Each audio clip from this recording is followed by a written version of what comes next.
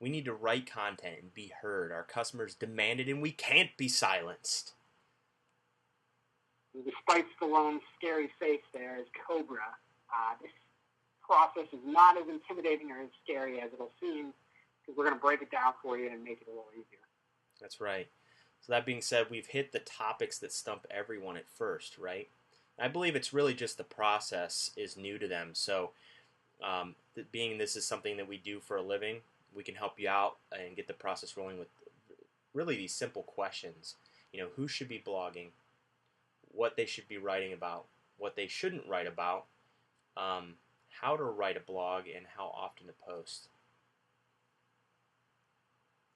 So get started. Who should be blogging for you? Get as many employees involved as possible, and this is really relative to your business and how many employees you have. But if you have more employees, get more employees involved, and select thoughtful, reliable individuals. And what we mean by that are people who you feel are industry experts and people who bring a lot to the table when it comes to writing the content.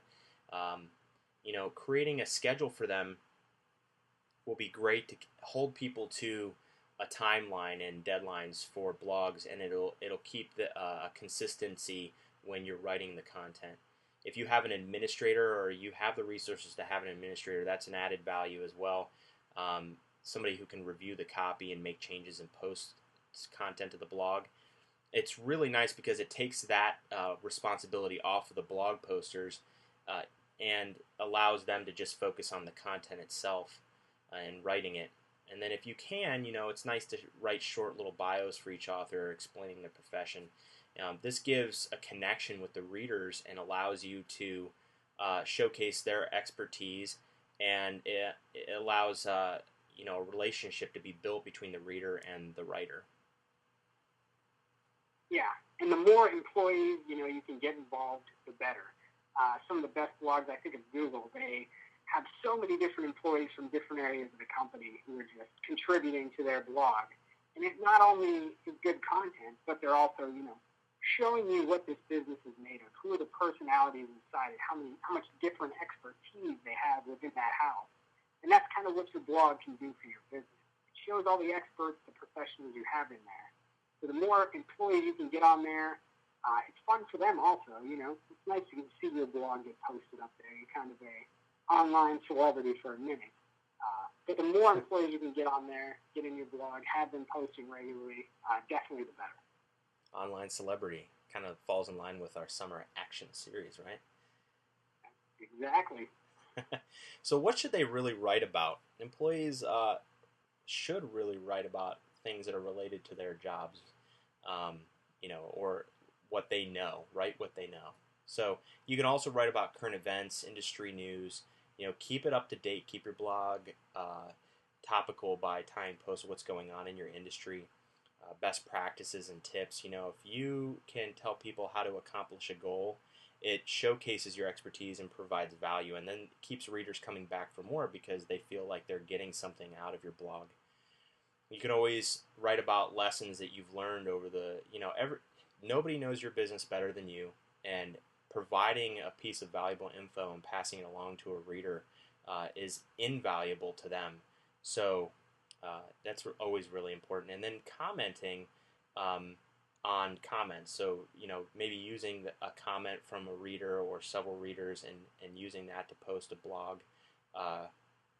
You write responses and answers them. It really makes the readers feel engaged in the conversation, and it keeps them coming back for more. It's what's made Facebook so successful, is that people feel like they're talking with other people. It's not a one-way streak. So comments are always nice to post and write about.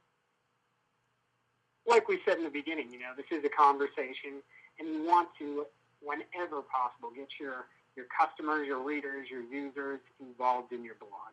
Profile them, give them a voice, answer their questions. And it's an easy way to create content.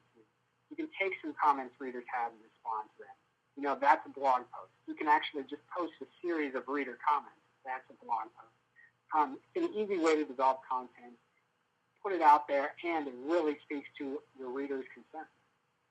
That's right. So just as important as what to write about is what not to write about. Um, personal info. I mean, it's all right to tie your post to a personal story or anecdote. Just don't make it all about you. Rants and raves and ramblings. These are all things that you'd see on a personal blog or Facebook. A personal Facebook page, but they don't have a place in the business world. So always have a single valuable nugget of information readers can take away, and above all, post with a purpose. Right? Unoriginal material, never a good thing. Plagiarism was a horrible idea when we were kids, and it's bad in the business world. It's fine to post an article or a link to an article, but make sure to add your own original thoughts to the blog post, and then it makes it original again. So things to consider. Yeah, when you're talking about a business blog too, the important thing to remember, the harsh reality is nobody cares about your drive to work. Nobody cares about what you ate for lunch, unless you're somehow tying that to a business point, something you're trying to make, a valuable piece of information you're providing. Personal stories for personal story's sake have no place in the big business blogosphere anyway. Yeah. So the next would be how to write the blog content. How to write a blog. Well, obviously, we always say be conversational. This is an informal atmosphere, and it's not like your corporate website where you have your corporate speak and you're talking about what your company does, and people could get that on your corporate website. The blog should be show some personality of the writers. Making it a quick read. Keep in mind that you'd want to always post images with your content if possible, because as human beings, we're visual beasts, right? And we all respond to visual stimuli, whether they're images or video. And if you could tie that in with an intriguing or engaging headline, great. I mean, it's really just pulling everything all together, creating consistency, and creating something that pull people in and get them engaged. And then always post relevant links in the body copy. That just helps when you're writing in terms of your searchability and link backs and things with other sites. Visual beast, I love that. Stallone would love it too. Anything with beast. But you make a lot of good points there. I think the way I think about a blog is, your website is more static. Your blog is where you're active, where you can be less formal, where you can let your personality and the personality of your employees out. It's kind of like if you're starting your own magazine or newspaper. What do you want to write about? And that's why even when you're choosing a theme, you want something that you are able to write about, that you want to write about, that you enjoy writing about. Let your employees have fun with it. Let them talk about things they know about, and do so informally in a way that really they can speak directly to customers, and customers can speak back to them. That's right. So how often should we post? That's the big question that everyone always asks us. And what we always say is post as often as possible, but at least once a week. The more posts you have out there, the more readers you're going to have, and the better search engine ranking you're going to get. If you set a schedule, like every Tuesday and Thursday, we're going to have posts put up on our site, on our blog, or every Monday, Wednesday. You'll keep things consistent. People will come back, but the most important thing is that you're going to have lots of posts by doing that, and then you can mix it up. If you feel like we just don't have enough time to post these long blog entries every week, you could post one long one and post a couple shorter ones each week.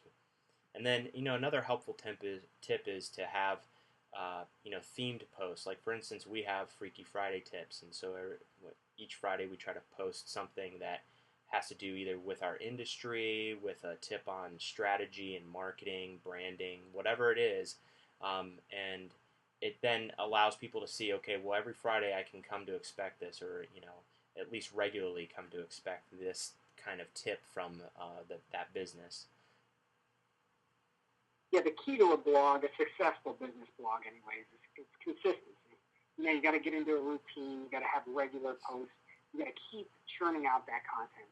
It's not, this is the summer action series, but the action needs to continue, throughout the fall, the winter, and really the life of the blog.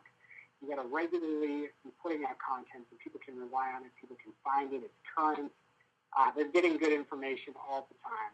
That's the key to a blog, is really activity going on there. You can't just set it up, post for a month, and then take a break. It's got to be going all the time. And that's why setting up a schedule, setting those theme days, those are all sort of motivators to make sure you're getting that content out there regularly.